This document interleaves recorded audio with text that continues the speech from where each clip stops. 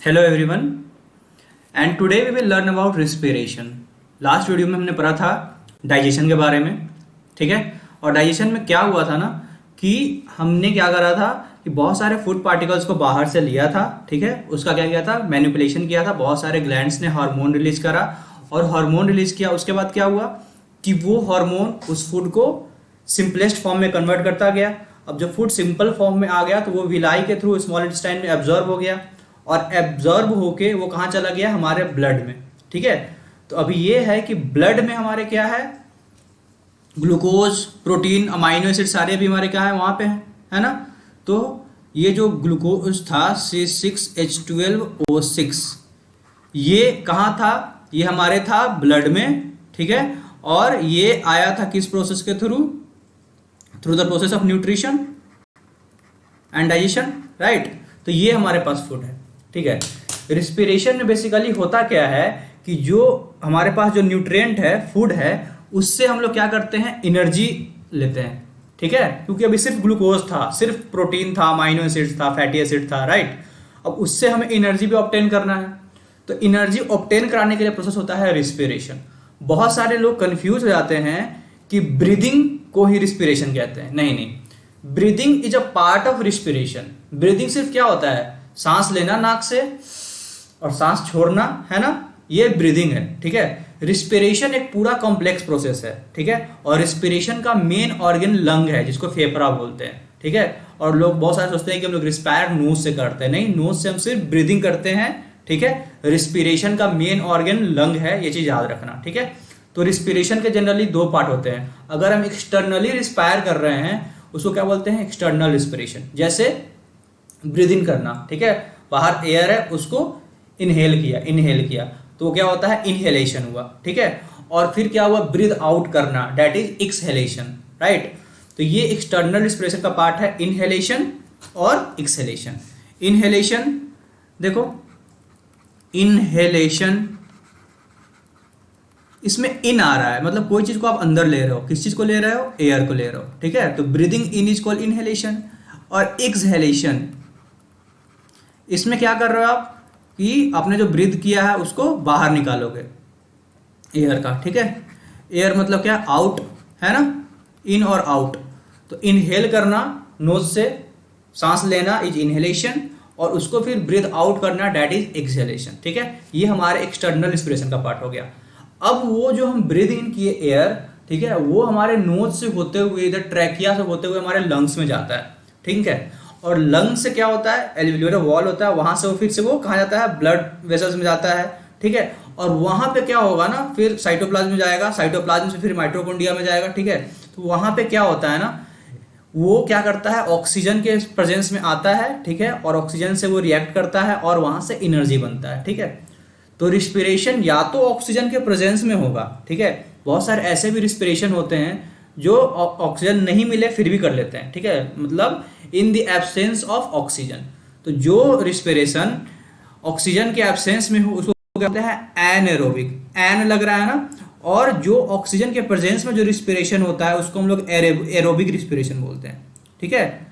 In the presence of oxygen अगर respiration कर रहे हो तो एरोबिक रिस्पिरेशन, बिना ऑक्सीजन के रिस्पिरेशन कर रहे हो दैट इज कॉल्ड एनएरोबिक। नाम के आगे एन लग गया, मतलब ऑक्सीजन का रिक्वायरमेंट नहीं है, ठीक है। अब यहाँ पे डिटेल में पढ़ेंगे, ठीक। लास्ट चैप्टर में क्या हुआ था, न्यूट्रिशन हुआ था, डाइजेशन हुआ था, उसके बाद क्या हुआ था, हमारे पास न्यूट्रिएंट्स आया था ग्लूकोज के फॉर्म में, ठीक है।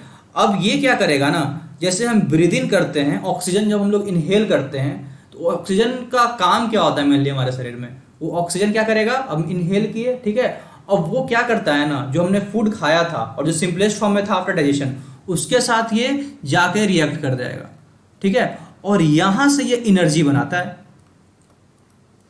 एनर्जी के साथ साथ ये वाटर और CO2 निकलता है ना। जैसे हम लोग ब्रीद इन करते हैं और बोलते हैं कि एक्सेल करते हैं CO2, तो CO2 कैसे बनता है, क्योंकि ऑक्सीजन लिया, ठीक है, ऑक्सीजन ने क्या किया, यहाँ पे फूड है इसको बर्न कराया, ठीक है। और बर्न कराने के बाद क्या होता है, एनर्जी मिल जाता है, वाटर भी रिलीज होता है और CO2 जो हम लोग एक्सहेल कर देते हैं, तो ये एनर्जी हमें मिल जाता है, ठीक है। तो रिस्पिरेशन इज बेसिकली जो हमने फूड लिया उस फूड से एनर्जी को लेना, एनर्जी को निचोड़ना उससे, उसे क्या बोलते हैं, रिस्पिरेशन। वो एनर्जी को हम लोग यूज करेंगे सारे प्रोसेस में, सेल को, हर सारे सेल को देंगे, हमारा जितना भी प्रोसेस हो रहा है वो एनर्जी उसी फॉर्म में करेगा, ठीक है।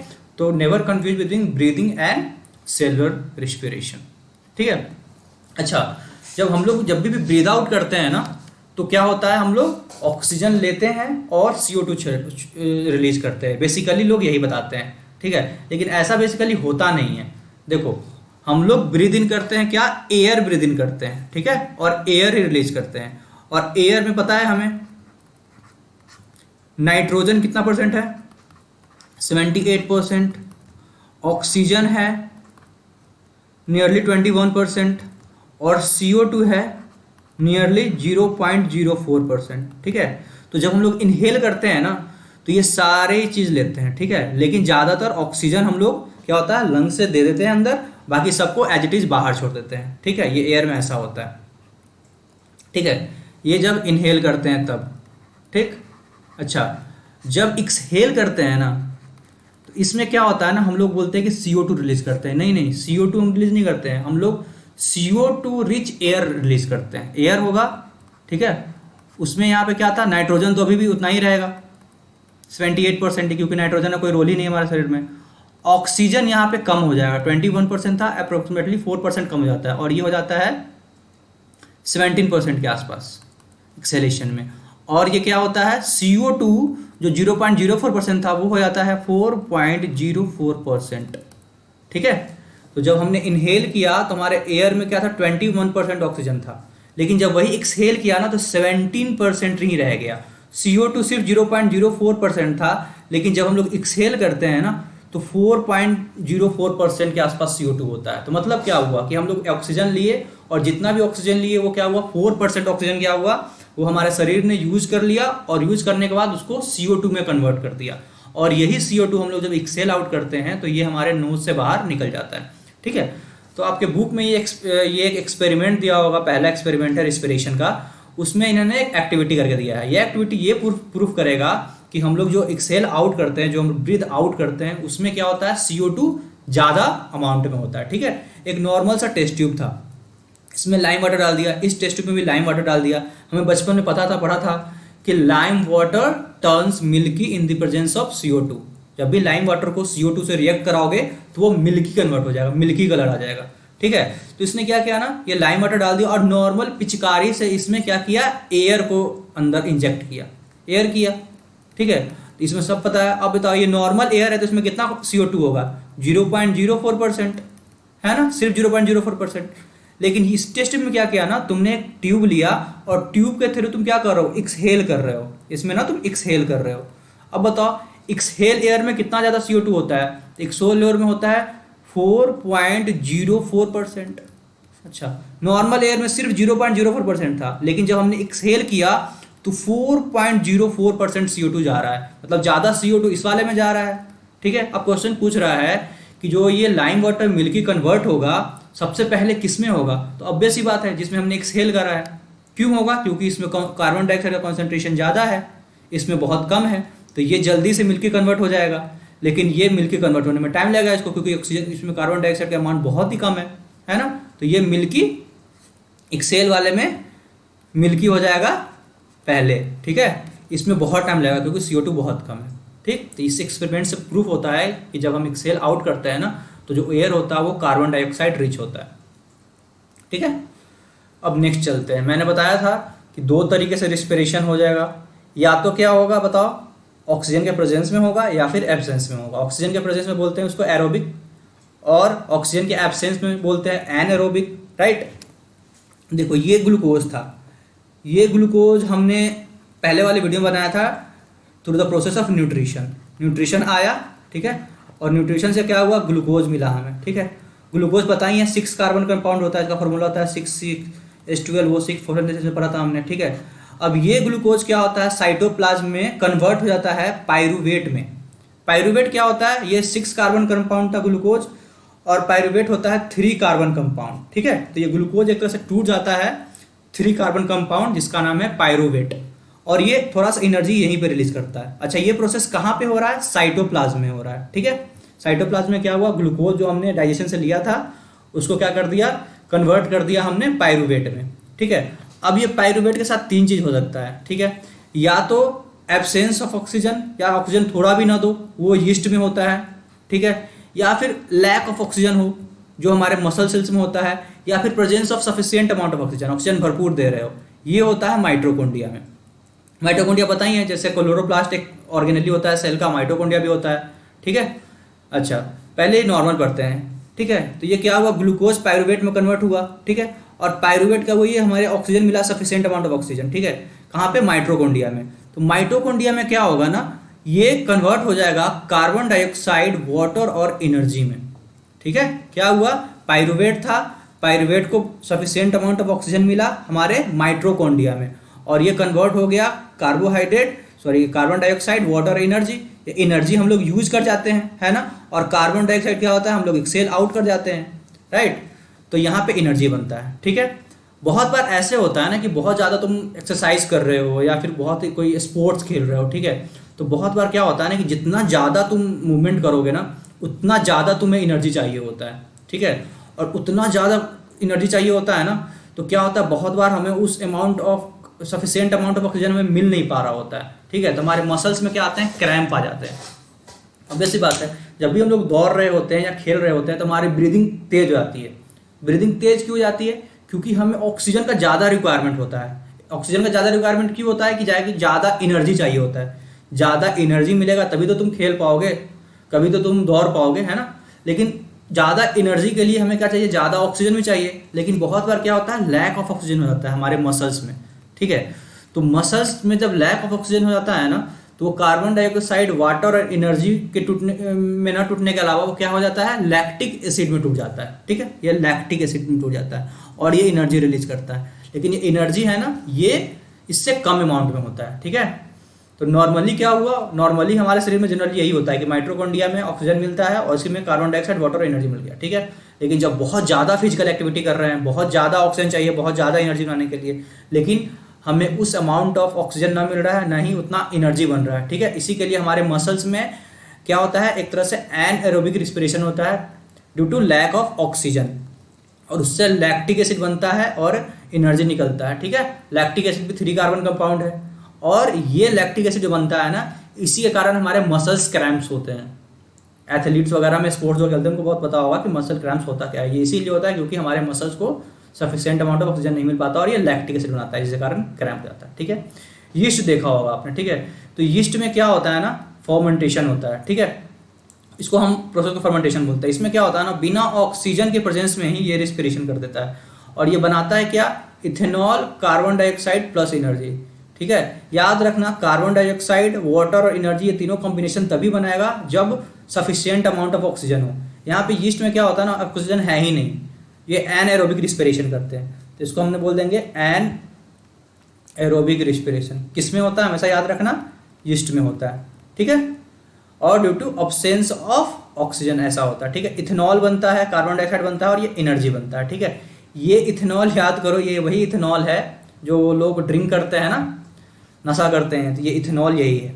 तो इथेनॉल जो दारू वगैरह बनता है ना, ये प्रोसेस यही होता है कि यीस्ट में क्या हुआ, एनारोबिक रिस्पिरेशन हुआ, ठीक है। और इथेनॉल, कार्बन डाइऑक्साइड, एनर्जी हुआ, यही इथेनॉल निकाल के लोग मार्केट में बेच देते हैं शराब की तरह, है ना। और वो क्या होता है, एनारोबिक रिस्पिरेशन में, ठीक है।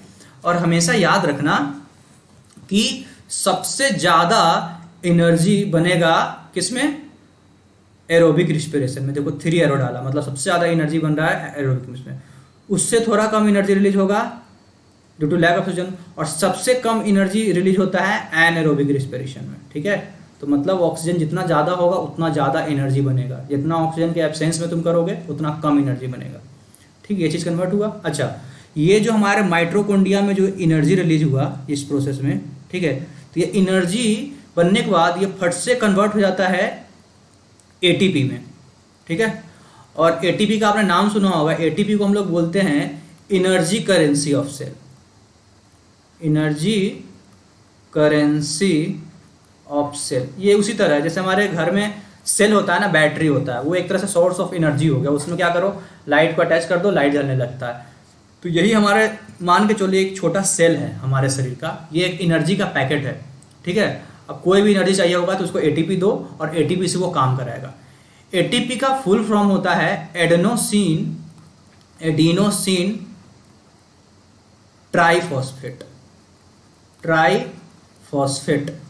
अच्छा, नाम से पता चल रहा है इसमें ट्राइफॉस्फेट है, मतलब 3 फॉस्फेट है, 3 and phosphate, right. Adenosine generally ऐसे बनता है, एडेनोसिन डाइफॉस्फेट एडीपी। ये इनऑर्गेनिक फॉस्फेट से रिएक्ट कर जाता है in the presence of energy और ये बना देता है एटीपी, ठीक है। और ये कैसे बना, जैसे सपोज एडेनोसिन है ये ए, इससे डाइफॉस्फेट 2 फॉस्फेट जुड़ा हुआ है, एक फॉस्फेट ये दूसरा फॉस्फेट, ठीक है। और इससे क्या करेगा ना, एक तीसरा फॉस्फेट जुड़ जाएगा। अब ये एडेनोसिन ट्राइफॉस्फेट हो जाएगा, ए पहला फॉस्फेट, दूसरा फॉस्फेट एंड तीसरा फॉस्फेट, ठीक है।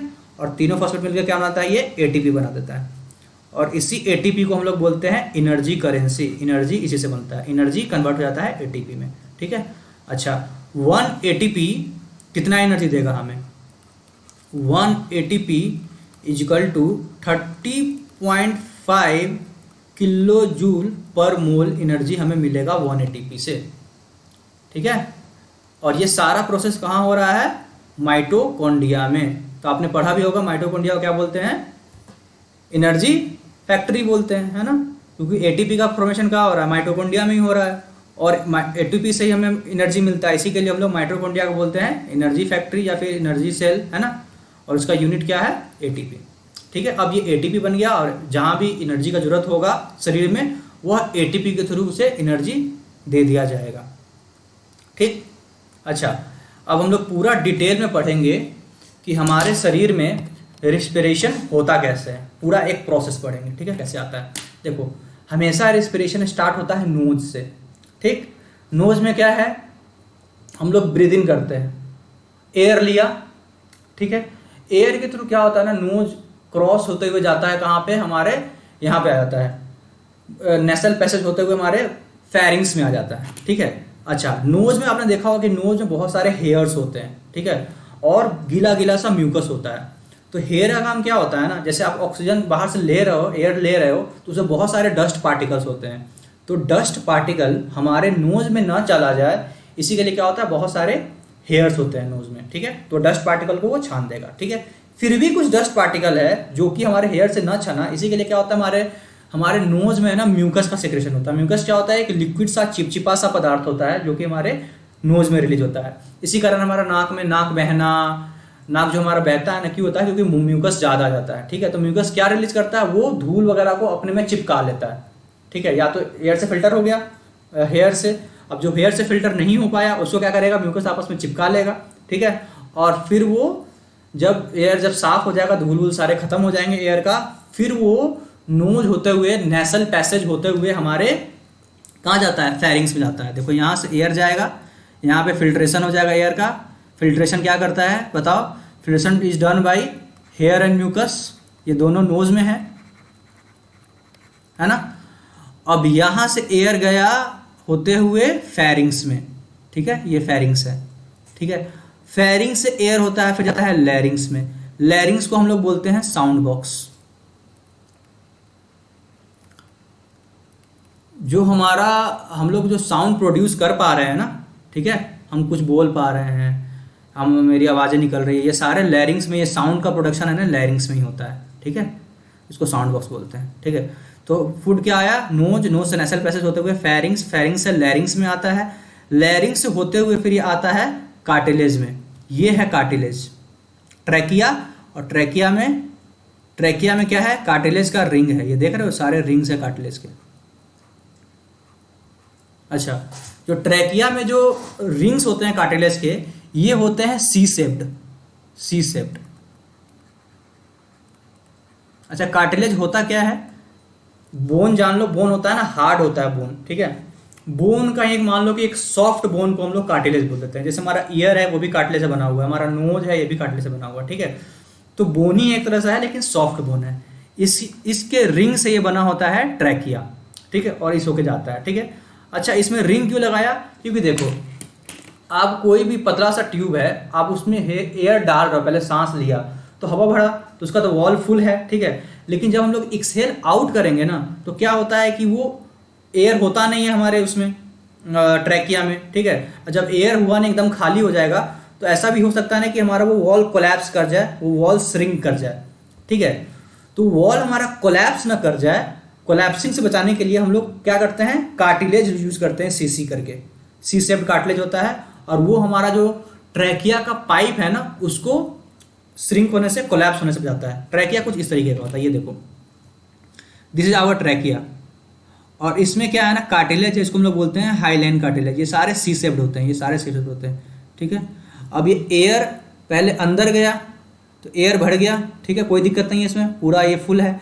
लेकिन जब हम लोग एक्सहेल करते हैं, एयर जब बाहर चला जाता है तो ये तो पूरा खाली हो जाएगा, ठीक है। अब ये खाली हो जाएगा ना, तो इसका वाल अगर नॉर्मल अगर रहे तो ये कोलैप्स हो जाएगा, कोलैप्स हो जाएगा, फिर दोबारा ये काम ही नहीं करेगा। इसी के लिए कार्टिलेज बनता है, कार्टिलेज सी शेप्ड, ठीक है। और ये सी शेप क्या होता है ना कि जब इसमें हवा नहीं भी रहे तब इसको कोलैप्स करने से बचाता है। तो हमेशा याद रखना, कार्टिलेज जो होता है हमारे ट्रैकिया में, ये हमारे ट्रैकिया को कोलैप्स करने से बचाता है, सी शेप्ड होता है। ये हमारे गर्दन वाले पोर्शन में होता है, ठीक। अच्छा, फूड आ गया हमारे कहाँ, कार्टिलेज में, सॉरी एयर आ गया कार्टिलेज में। अब कार्टिलेज के बाद क्या होता है ना, ये हमारे कार्टिलेज से हमारे लंग्स में इंटर करता है। ये देख रहे हो, ये राइट लंग है, ये लेफ्ट लंग है, ठीक है ना। और लंग क्या है, हमारे रिब के जो होते हैं ना, हमारे फेफड़े के अंदर हमारा लंग छिपा हुआ होता है, ताकि बाहर से इसको शॉक से बचाया जा सके, ठीक है। तो रिब के अंदर क्या हुआ, लेफ्ट लंग राइट लंग, ठीक है। अभी तक हमारा जो एयर था ना वो हमारे लंग में इंटर नहीं किया था, लेकिन अब लंग्स में इंटर करेगा, ठीक है। अब ये क्या होगा, कार्टिलेज जो ट्रैकिया है, ट्रैकिया से इंटर करेगा, हमारा जो ऑक्सीजन है वो इंटर करेगा ब्रोंकस में, ब्रोंकस, ठीक है। ये ब्रोंकस है, जैसे ये देखो, दिस इज ट्रैकिया, ठीक, this is trachea, C shaped, इस पे कार्टिलेज लगा हुआ है, ठीक है। अब ये ट्रैकिया लंग में इंटर करके ये डिवाइड हो गया दो पार्ट में, ठीक है। अब ये जो डिवाइड हो गया, जो आप यहां देख रहे हो, इसको हम लोग बोलते हैं ब्रोंकस, ठीक है, ट्रैकिया, और दिस इज ट्रैकिया। ब्रोंकस में डिवाइड हो गया, ठीक है, दिस इज ब्रोंकस। अच्छा, फर्दर ये ब्रोंकस और जाके छोटा छोटा नेटवर्क में डिवाइड हो जाता है, ये ब्रोंकस और जाके डिवाइड हो जाएगा छोटा छोटा, देख रहे हैं।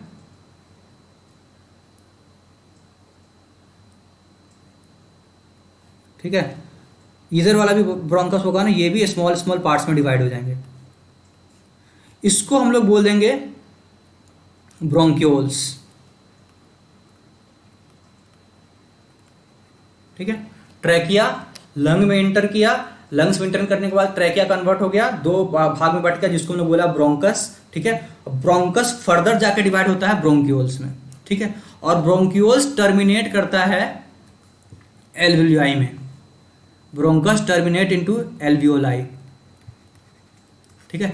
ये एल्वियोलाई, ये लास्ट का, ये एल्वियोलाई का ये डायग्राम दिए रखा है, ठीक है। ये लास्ट में ये बलून लाइक स्ट्रक्चर होता है, ठीक है। ट्रैकिया से एयर ब्रोंकस में गया, ब्रोंकस डिवाइड हो गया ब्रोंक्यूल्स में, और ब्रोंक्यूल्स से लास्ट में टर्मिनेट होता है एल्वियोलाई में। एल्वियोलाई का स्ट्रक्चर कुछ ऐसा है, ठीक है। वो एक बलून लाइक स्ट्रक्चर होता है, जिसमें क्या होता है, एयर आके यहाँ पे आ जाता है ना।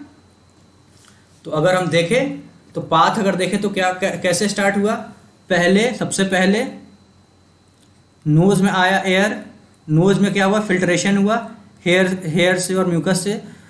उसके बाद नेसल पैसेज में गया एयर, नेसल पैसेज के बाद कहाँ जाता है एयर बताओ, फेरिंग्स में, फेरिंग्स के बाद लैरिंग्स में, लैरिंग्स को हम लोग क्या बोलते हैं, साउंड बॉक्स बोलते हैं, है ना। लैरिंग्स के बाद ट्रैकिया, ट्रैकिया में क्या होता है, कार्टिलेज होता है जो कि कोलैप्सन से जाता है। ट्रैकिया के बाद एयर कहाँ जाएगा, ब्रोंकस में, ब्रोंकस के बाद ब्रोंक्यूल्स, और ब्रोंक्यूल्स के बाद लास्टली आता है एल्वियोलस, ठीक है। और ये है हमारा एल्वियोलस, सबसे लास्ट में ऑक्सीजन हमारे यहाँ पे आ गया, ठीक है। ये देखो, नसल पैसेज होते हुए लैरिंग्स फाइरिंग्स होते हुए ट्रैकिया, ट्रैकिया से ब्रोंकस, ब्रोंकस से ब्रोंकियोल्स, और ब्रोंकियोल्स से फिर क्या हो गया एल्वियोलाई। ये जो एल्वियोलाई है ना, इसी का स्ट्रक्चर यहाँ पे बना दिया। ये एक एल्वियोलाई हमने लिया, यहाँ पे ये ग्रुप ऑफ एल्वियोलाई है, ठीक है। और यहाँ पे एकदम गुच्छे की तरह होता है, बहुत सारे, मतलब कॉम्प्लेक्स गुच्छे की तरह होता है ये। अंगूर देखोगे ना, अगर ब्रोंकस को ऐसे एज्यूम करो, ये ऐसे अंगूर का एक गुच्छा होता है ना, ठीक है, तो सारे एक एक अंगूर है ना, वो एक एल्वियोलाई बना रहा है, और ऐसे से पूरा एक गुच्छे हैं अंगूर के, ठीक है। तो गुच्छे के फॉर्म में क्यों होता है? सेम प्रोसेस, क्योंकि वो सरफेस एरिया इंक्रीज करना चाहते हैं। जितना ज़्यादा सरफेस एरिया होगा ना, उतना ज़्यादा आसान होगा क्या, डिफ्यूजन करने में मेम्ब्रेन से, ठीक है। अब हमने क्या पढ़ा था कि ये ऑक्सीजन, ये एयर है ना, ये इस कैविटी में आ गया, ये था ऑक्सीजन रिच एयर था, ठीक है। और इसी एल्वियोलाई के चारों तरफ ये ब्लड कैपिलरी फ्लो कर रहा होता है। ब्लड कैपिलरी है, इसके अंदर क्या है, रेड ब्लड सेल है, ठीक है। रेड ब्लड सेल में हमेशा याद रखना हेमोग्लोबिन होता है, ठीक है। और ये हेमोग्लोबिन क्या करता है ना, ये सारे टिश्यूज से रिस्पिरेशन करता है, तो वहाँ से ये CO2 लेके आता है, ठीक है। तो ये जो जितने भी ब्लड है ना, इसमें क्या है, CO2 ज़्यादा अमाउंट में है, और हमारे एल्वियोलाई में क्या है, ऑक्सीजन ज़्यादा है, ठीक है। तो ये ऑक्सीजन क्या करता है, डिफ्यूज आउट करता है from alveolar cavity to blood capillary, ठीक है। तो इस एल्वियोलाई से ऑक्सीजन कहाँ आ गया, हमारे ब्लड में आ गया, ठीक है। और ब्लड में जो यहाँ पे CO2 था, वो डिफ्यूज कर जाता है हमारे एल्वियोलाई के कैविटी में, ठीक है। इनहेल किए ऑक्सीजन था, फिर एल्वियोलाई एयर में क्या हुआ, यहाँ पे डिफ्यूजन हुआ, और हमारे एल्वियोलर कैविटी से ऑक्सीजन चला गया हमारे ब्लड कैपिलरी में, ठीक है। ब्लड कैपिलरी में क्या था, कार्बन डाइऑक्साइड था, कार्बन डाइऑक्साइड डिफ्यूज करके कहाँ चला गया, एल्वियोलाई के कैविटी में, ठीक है। अब ये जो कार्बन डाइऑक्साइड आ जाएगा यहाँ पे, वो जब हम लोग एक्सहेल आउट करेंगे तो यही CO2 क्या होगा, एल्वियोलाई होते हुए फिर ब्रोंकस, ब्रोंकियोल्स, ट्रैकिया, नोज होते हुए फिर हम लोग एक्सहेल आउट कर देंगे, ठीक है। तो ऐसे एक्सचेंज हो जाता है हमारा, क्या करता है, ऑक्सीजन दे के CO2 ले लेता है, ऑक्सीजन देता है CO2 ले लेता है, ठीक है। और ये ऑक्सीजन जो ब्लड में आ गया, अब ये ब्लड हमारे शरीर के हर सेल को ये ऑक्सीजन दे देगा, और हर सेल अपनी जगह पे एक सेलुलर रिस्पिरेशन करेंगे, और ऑक्सीजन देके वो एनर्जी बनाएंगे, ATP बनाएंगे, और उस ATP को यूज करेंगे। तो हमारा पर्पस क्या हो गया कि हमारे जितने भी सेल थे, जो हमारे फूड थे, उससे हमने क्या बना लिया, ATP बना लिया, और ATP क्या हुआ, सारे सेल्स में चला गया, और सारे सेल्स अपना रिस्पिरेशन कर रहे हैं, है ना। तो ये सारा प्रोसेस इज लाइक कंप्लीट। अब हम समझ गया कैसे हमने ऑक्सीजन लिया, ऑक्सीजन हमारे फूड पे, फिर हमारे सारे प्रोसेस होते हुए, इस पाथ से होते हुए हम कहाँ तक गया, ये एल्वियोलस तक गया। एल्वियोलस तक क्या हुआ, ऑक्सीजन अंदर चला गया, CO2 बाहर आ गया, यहाँ पे CO2 रिच था, फिर हम लोग एक्सहेल आउट कर दिए, ठीक है। तो ये हो गया हमारा पूरा रिस्पिरेशन, और ये ऑक्सीजन से क्या बनाएगा, ATP, और सारे सेल उसको यूज कर लेंगे, ठीक है। तो ये इंसान में, ह्यूमन बींग्स में कुछ इस तरीके से होता है रिस्पिरेशन। अभी हमने प्लांट में नहीं पढ़ा है कि प्लांट में रिस्पिरेशन कैसे होता है। देखो, प्लांट में हमने पढ़ा था लास्ट क्लास में कि ये स्टोमाटा है, ठीक है। तो स्टोमाटा के थ्रू ही क्या होता है, बहुत बार गैसेस एक्सचेंज होता है, ठीक है। जब नॉर्मली क्या रहा था, ये CO2 ले रहा था, है ना, फोटोसिंथेसिस करने के लिए, और ऑक्सीजन बना के भेज रहा था। लेकिन जब रिस्पिरेशन करना होता है ना, तो ये ऑक्सीजन लेता है बाहर से। ऑब्वियस सी बात है, रिस्पिरेशन जब भी होगा तो ऑक्सीजन लोगे और CO2 रिलीज करोगे, चाहे वो प्लांट हो या एनिमल हो। तो जब रिस्पिरेशन करेगा ना, तो ऑक्सीजन लेगा और CO2 रिलीज करेगा, ठीक है। अच्छा, एक तो ये स्टोमाटा के थ्रू किया। उसके बाद जितने भी जो इसका प्लांट है ना, प्लांट के हर सरफेस अपना एक क्या करता है, डिफ्यूजन कर देता है। जैसे सपोज ऑक्सीजन बाहर है, ठीक है, अंदर CO2, उसको रिस्पिरेशन करना है, तो ऑक्सीजन क्या करेगा, ले लेगा बॉडी से, इसको यूज कर लेगा, और CO2 की तरह बाहर इसको रिलीज कर देगा।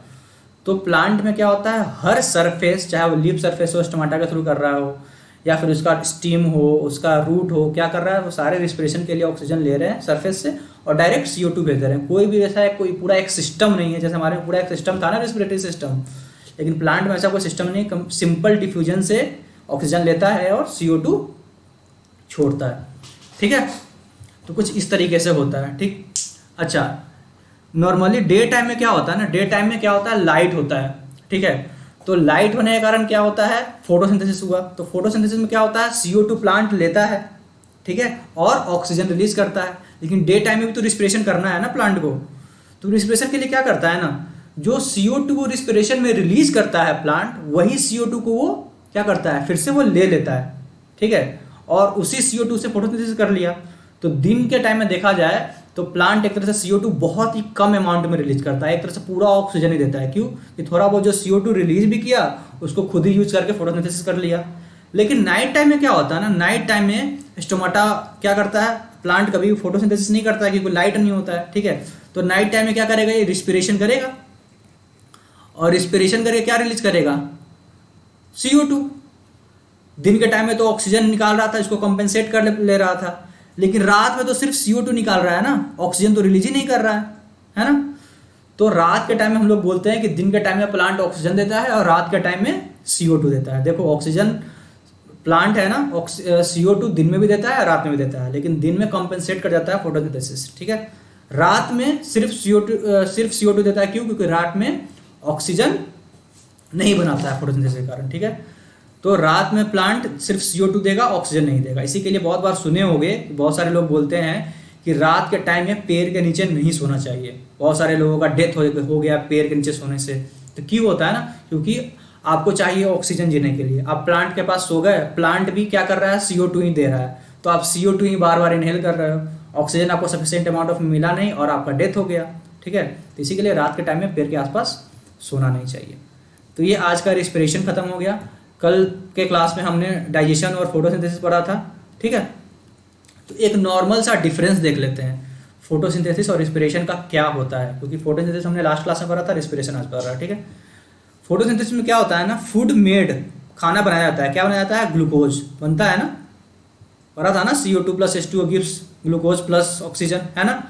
रिस्पिरेशन में क्या हुआ, हमने फूड को तोड़ा, है ना, C6H12O6, इसको हमने ब्रेक किया ऑक्सीजन के प्रेजेंस में और यहाँ से एनर्जी निकाला। तो एक तरह से फूड को हम तोड़ ही रहे हैं ना। तो क्या हुआ, रिस्पिरेशन में फूड को ब्रेक डाउन किया जाता है और फोटोसिंथेसिस में फूड को बनाया जाता है, ठीक है। पहला डिफरेंस, ठीक है। Energy from sunlight stored in glucose, ठीक है। सनलाइट का एनर्जी ले लिया, उसको बना दिया ग्लूकोज। इसमें क्या हुआ, एनर्जी को स्टोर किया, इसमें एनर्जी रिलीज होता है ना, ये एनर्जी रिलीज हो रहा है ग्लूकोज को तैर के। तो क्या हुआ, फोटोसिंथेसिस में एनर्जी बना और इसमें एनर्जी रिस्पिरेशन में रिलीज हुआ। फोटोसिंथेसिस में क्या हुआ, हमने कार्बन डाइऑक्साइड को लिया, है ना, लेकिन रिस्पिरेशन में क्या होता है, कार्बन डाइऑक्साइड और वाटर हम लोग गिव आउट करते हैं, है ना। फोटोसिंथेसिस में take in carbon dioxide and respiration में carbon dioxide and water give out, है ना। फोटोसिंथेसिस में क्या होता है, ऑक्सीजन को बाहर निकाला जाता है, गिव ऑफ, लेकिन रिस्पिरेशन में टेक्स इन, है ना। एक तरह से ये लोगों, फोटोसिंथेसिस में कार्बन डाइऑक्साइड ले रहे हैं, ऑक्सीजन छोड़ रहे हैं, लेकिन रिस्पिरेशन में उल्टा है, ठीक है, ऑक्सीजन ले रहे हैं और कार्बन डाइऑक्साइड छोड़ रहे हैं। नेक्स्ट डिफरेंस, फोटोसिंथेसिस सिर्फ प्लांट में होता है ना, सिर्फ ग्रीन प्लांट्स ही फोटोसिंथेसिस करेगा, प्लांट ओनली। लेकिन रिस्पिरेशन प्लांट, एनिमल, माइक्रोब सारे में हो रहे हैं, ठीक है। फोटोसिंथेसिस में क्या होता है, लाइट चाहिए होता है, बिना सनलाइट के प्रेजेंस में नहीं करेगा ना, तो लाइट नीडेड। लेकिन रिस्पिरेशन के लिए कोई लाइट की जरूरत नहीं है। फोटोसिंथेसिस कहाँ हो रहा था, हमारे क्लोरोप्लास्ट में हो रहा था, लेकिन रिस्पिरेशन कहाँ हो रहा है, हमारे माइटोकॉन्ड्रिया में हो रहा है ना। तो हमने फूड से एनर्जी ले लिया, ये एक डिफरेंस था फोटोसिंथेसिस और रिस्पिरेशन का, ठीक। नेक्स्ट क्लास में हम लोग पढ़ेंगे ट्रांसपोर्टेशन। अब तक के लिए बस इतना ही, थैंक यू।